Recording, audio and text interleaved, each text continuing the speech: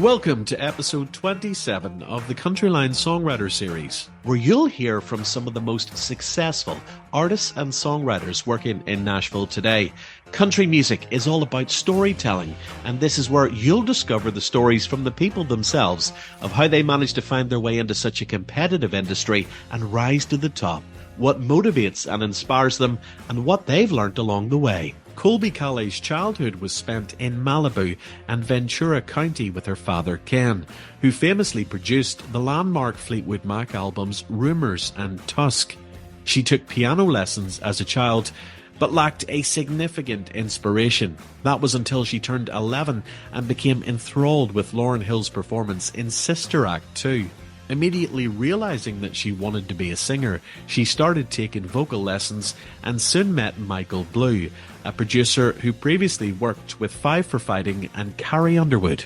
Blue hired her to sing on several techno songs that were used in runway models shows, and the two cultivated a professional relationship. At 19, Caillat picked up an acoustic guitar, and the two recorded the first song she composed. As the collaboration thickened, Jason Reeves entered the picture and lent his artistic know-how to the songwriter's developing skills. Colbie wrote the basic melodies, often composing in her bathroom due to the reverb-heavy acoustics, and then would receive artistic input from Blue and Reeves. She posted several of her finished songs on MySpace, although little response was generated until Caillat uploaded a breezy hook-laden track called Bubbly. Rolling Stone highlighted her as one of the top female artists on the networking site. For 4 months, Caillat was MySpace's #1 unsigned artist, garnering over 14 million plays in the process. With such an appealing statistic on her resume, record labels began courting her, and she signed with Universal Republic. In July of 2007, Caillat made her major label debut with Coco, a summertime record suitable for both the coffee house and the beach. Bubbly topped the singles charts in several formats, transforming the singer from internet sensation to a mainstream presence. Coco spun off 2 additional singles while climbing to double platinum status, and Caillat celebrated her star success by duetting with Jason Mraz, touring with John Mayer, and collaborating with Taylor Swift. 2 years after Coco's release, she returned with her second record, Breakthrough, and scored another top 40 hit with Falling For You. The album went gold and was followed 2 years later by All of You, another summary collection of pop songs written by the likes of Ryan Tedder, Toby Gad, and Bubbly co-writer Jason Reeves. Brighter Than the Sun was the second single pulled from the album and was the record's biggest hit, topping Billboard's adult contemporary charts. Caillat released the holiday album Christmas in the Sand in the fall of 2012. The album reached number 4 on Billboard's top holiday albums and number 41 on the Billboard 200. Caillat began work on her next album in 2013 with the first fruit of her labour, Hold On, appearing in November of 2013. An EP called Gypsy Heart Side A showed up in June of 2014, and as the title suggests, it was the first half of then a full-length album called Gypsy Heart, which appeared in September of that year. Produced in part by Babyface, the album was a conscious shift to popular radio-friendly material. The album debuted at 17 on Billboard's Top 200, and its biggest single, Try, peaked at 6 on their adult contemporary chart. Caillat parted ways with Republic Records after Gypsy Heart and formed her own label, Plummy Lou, with the intent of releasing the Malibu Sessions. Recorded prior to Gypsy Heart, but rejected by Republic, the Malibu Sessions reconnected Caillat to her beachy sound and saw a release in October of 2016. Caillat then started another label, Blue Jean Baby, for Along the Way, her 2023 album of contemporary country songs. The CountryLine Songwriters Series with Colbie Caillat. Thank you so much for being here. It is so nice to see you. You too. Thanks for making time for CountryLine. Of course. We just came from another event Yes, that CMT put on that honors women in country music. So talk a little bit about how important it is to support other females in this genre and in all genres of music. Yeah, I mean, honestly, well, for CMT's Next Women of Country, like I get to be a mentor this year, and you were there, we got to watch all the new incredible female artists, and there's such amazing vocalists and songwriters, and I think all of us can relate, and not only females, but like majority of women, we feel so much pressure, and there's just so much stress when you're an artist and you have so many things that you have to think about and factor in, and you feel like everyone's like the microscope's on you and there's judgment. And when I was speaking with a lot of the women today, we all got to share the things we love about it and also the things that we feel insecure about, and feel like we can, if we share that with each other more and help lift each other up and feel like we're relatable to each other, you don't feel like you're so alone in all of those issues. So, and then just getting to support other talent and help them with the things that I loved in my career, and also the things that I wish that I had done differently, knowing now. Yeah. Well, you are an official Nashville resident now. Yes. So I know you grew up in California. Talk a little bit about being in Nashville and some of your favorite things about this city. I've been here 7 years. I've been coming here for most of my career, writing and working with a lot of country artists, actually. But I love it here because it's really it's a big city, but it's a small town feel. Everyone's friends, everyone's supportive of each other. Honestly, there's just so much fun stuff to do every single day, and I feel like I live my life fully here. Yeah. And you're around all the same, in the industry, you get to be around all the people that you have similar lifestyles and have everything in common, and so it's just a really wonderful city to live in. What are some of the differences coming from California? I know there's so much music out there. Do you see any major differences with how the industry works here, or the people, or any of that? It's just a smaller town, and in LA, LA is a huge city, and then in California, I lived outside of the city, so it wasn't like here where if you live outside the city, you can still come in and work with people easily. It's just a different feel, and you don't run into people as easily there because it's so spread out. So I feel like that's the thing I never had during the majority of my career when I lived there, is not being able to run into people and have that feel where you're working, but you're also you're just in it. You're in the lifestyle here, and that's what's so different about Nashville. So I feel like that is what helped me feel better in doing music and making music, and also just everyday life, seeing people. There's a real sense of community, I think, between songwriters, artists here that I don't think really does exist anywhere else, and it makes it so special. It doesn't, yeah. Do you have the typical singer-songwriter life here where you go in and you write during the day and you do the writing session type thing, or is that something that you just, you kind of are inspired outside of all of that? No, I don't write anywhere near as often as I should, but I've always done that. I'll go through waves of where I feel like I live life, and then I sit with everything for a bit, and then I have these waves of emotions where I feel like writing and I have something that I want to say. So I think that's what I've done most of my career, and now here in Nashville, I have my favorite people I love writing with, like Liz Rose and AJ Pruis, who I just did majority of my new album with. And it feels like you're just going and hanging with friends, and it's like a therapy session, but with friends. I want to talk a little bit about your songwriting, and we're going to get to your album in a second, but what is your creative process? I feel like every single time I sit down to interview somebody, they have a different answer. Yeah. How do you get inspired after writing for so many years? I think that's the thing. That's what I did differently with this new album. Is I had been writing so much the years before, and in my band Gone West, and I just felt so burnt out by having to write and by trying to write so many songs and get the best ones, which it's a smart thing to do because you want to have a lot of options, but it can also stress me out, and I feel like the quality of the songs can lessen in a way. And so for this album, I really wanted to just only write when I had something to say and not force it and not schedule a bunch and write with a ton of people. I felt so much anxiety with that from the past. Yeah. So doing it differently, I felt like created this space for me to write these songs in a totally different headspace, and it felt so freeing to do it this way. What was the first thing that inspired you to want to write music? Was it a person? Was it a song that you heard on the radio? I started... I've always been a singer. I always loved that, and my parents told me I should learn how to play an instrument. Mm-hmm. And after my first guitar lesson, I was able to play a few chords, and that's when I wrote my first song. And I think I just was writing about myself and about all the worries of teenager, all the stuff in our head.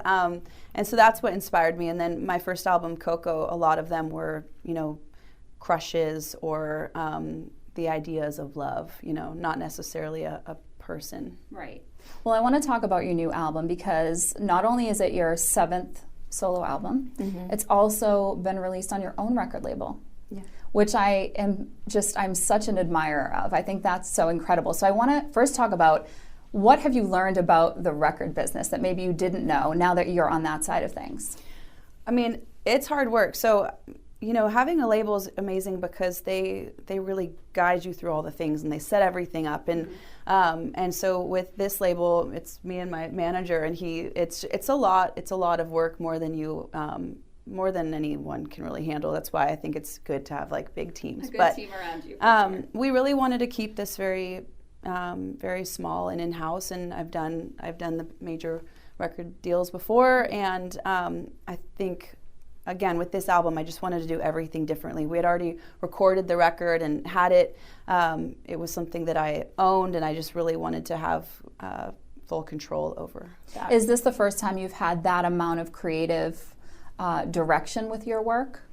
I've always had it, but when you're with a label and when you have so many people on your team, you do need to. Everyone needs to be happy with it. Everyone has their ideas, and of course, everyone wants it to be successful. So you need to brainstorm, what's going to allow that, and also something like where I need to be comfortable with, like how much I'm doing, what stuff I'm doing, and so I think that's what's different this time. There's not as many cooks in the kitchen. Right, exactly. Is there anything that has surprised you about releasing a record in this way that you maybe didn't know beforehand? I don't know. I feel like it's all just been so different. This record, it's a country album, being in Nashville after, the pandemic, when life is just different in all the ways, and then having this released, recording it on my own, releasing it on my label, and having a small team. It's just been so different, but very fulfilling. So of course we're talking about Colbie's new record, Along the Way, and you have a really special song on that album, a duet with Sheryl Crow. Yes. So tell me about, number one, that's an outside cut. You didn't write that song, am I correct? No, I did write it. I just wrote it a long time ago. Okay, that's what it is. Yeah. So you went back into your catalog and pulled that. What was it about that song that made you say, this is the time to do it? And then how did Sheryl Crow come into the picture? That song has been around for so long. I think like 14 years ago I wrote it with Brett James in California. And then I recorded it, and then we didn't use that version for that album. Then the next album I did, we redid it with Babyface. We kind of tweaked some of the music and lyrics with him and Jason Reeves, and then we released that on my album Gypsy Heart.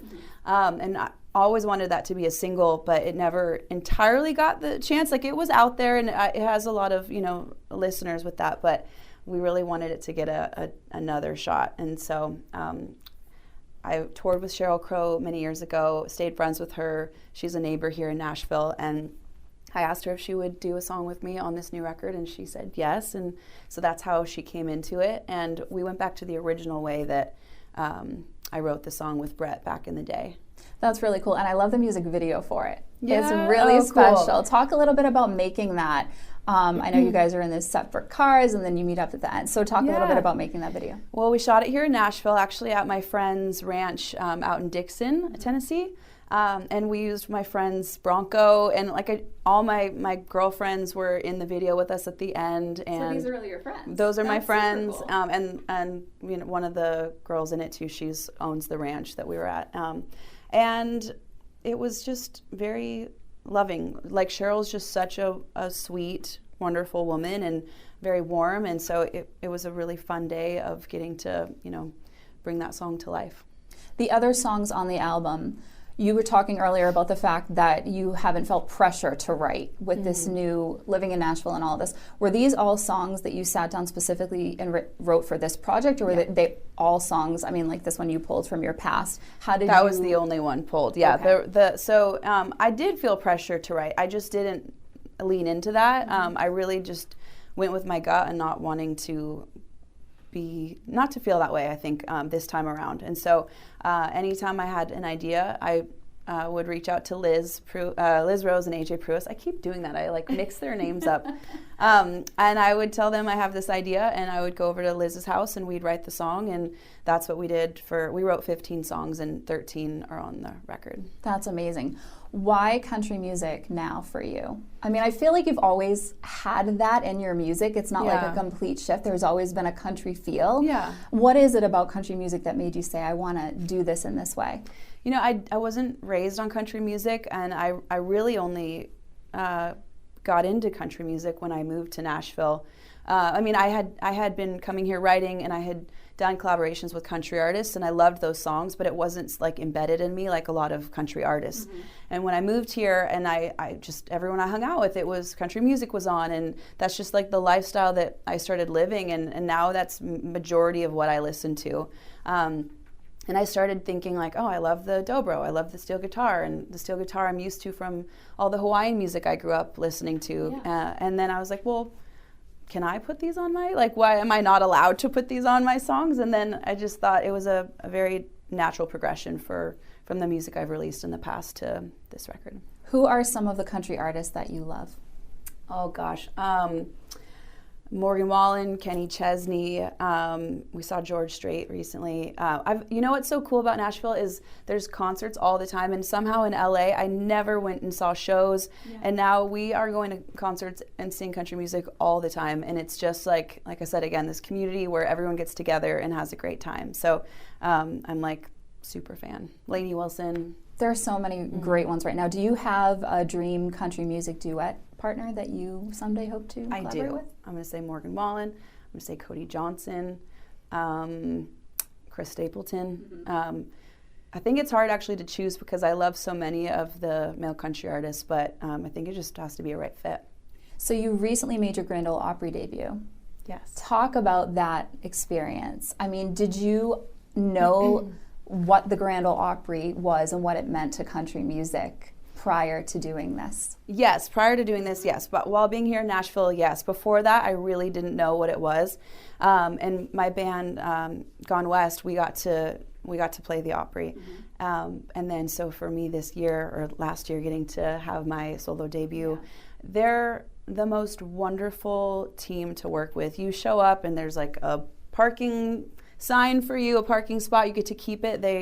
I think I always explain this, like when you do big shows or TV performances, there's always a lot of stress. It's like you're in this time crunch and there's like a lot of anxiety with it. And the Opry is this well-oiled machine where they really just treat everyone in the room so kind, and they're generous, and it's very calm.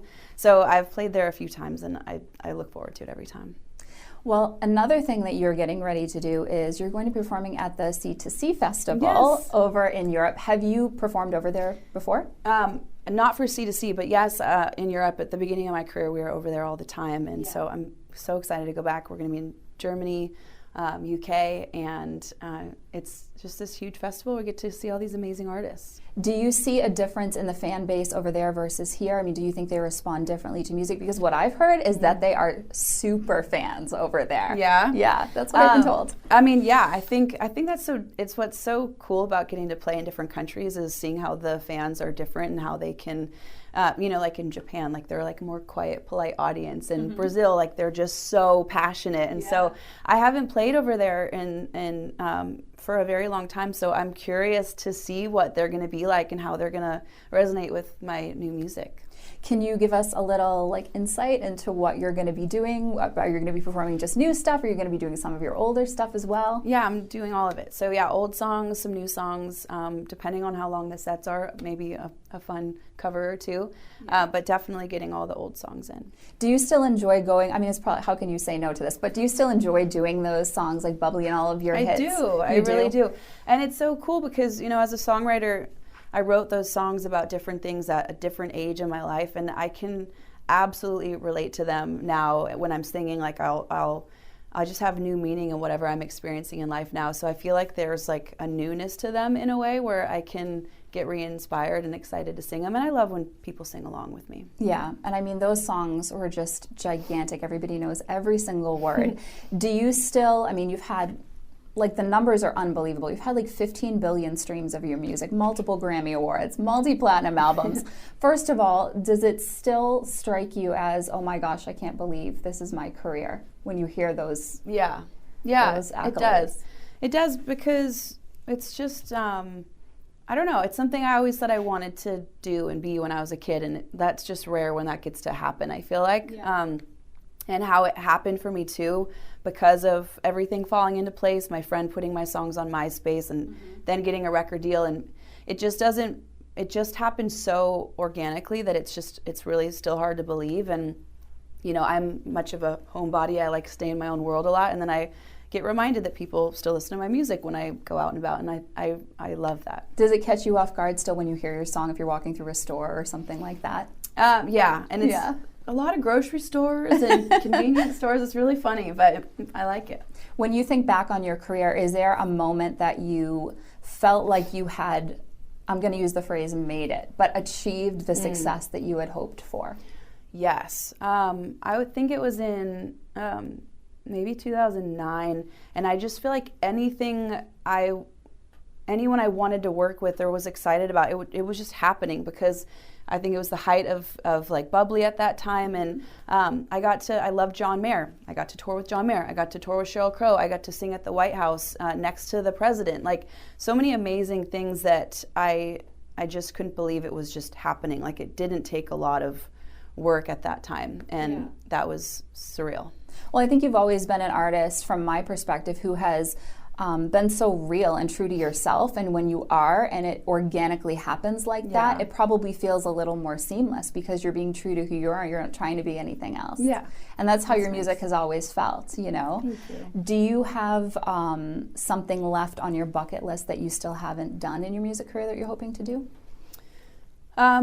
I love duets. I love collaborating with other artists, and I love singing with people. So I think just more of that this year. That's my plan, is to have some more collaborations and duets come out, and I think that's something that I'm really looking forward to, and in the process of trying to gather who. Yeah. Well, we've thrown a couple out there into the world that you mentioned, so we're going to manifest all of that into reality for you. Thank you. I want to do a couple rapid fire questions with you, if that's okay. I don't know how rapid I'll be. No, you don't have to be that rapid, but what is the best concert you have ever been to?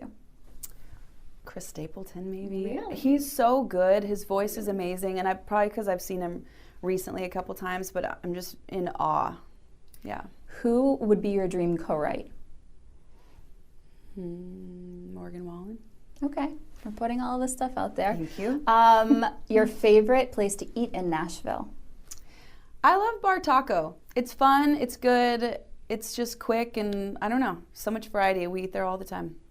Has there been a star that has left you completely starstruck when you met them for the first time? Yeah, Jennifer Aniston. When I was on tour with John Mayer, and I got off stage from singing, and she was side stage, and she was complimenting me, and I think I just literally like excused myself from the conversation because I was like, I can't do this. Like, you're from Friends. Yes. And I was like, why did I just leave? She was talking to me, like, and I just like was like, okay, gotta go. But yeah. Did you get a follow-up meeting? Like, have you seen her since? I don't think that I have, but it was fine. Like, I think it was all fine, but afterwards I was like, why did you cut that short? Yeah. The most nervous you've ever been performing? Oh, I mean, I feel like I just have to say my first TV performance. I literally was crying before, like they say, like, you're live, and was like wiping tears because I was just like so nervous to be on TV. So can I ask? I think it was the Today Show. Yeah, it was the Today Show in New York, and it was rough. Yeah. Do you usually get nervous doing things like that? I mean, still? I still do, but I've learned how to,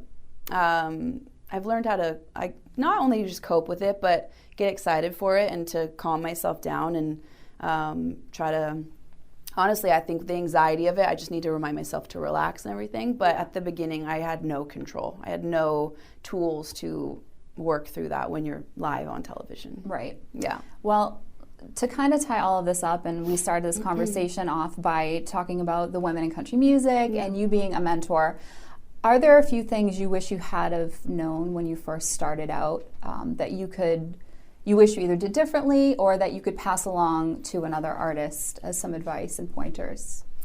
Yeah, I think it's so important to know who you are and it's hard when you're young. No one really knows who they are.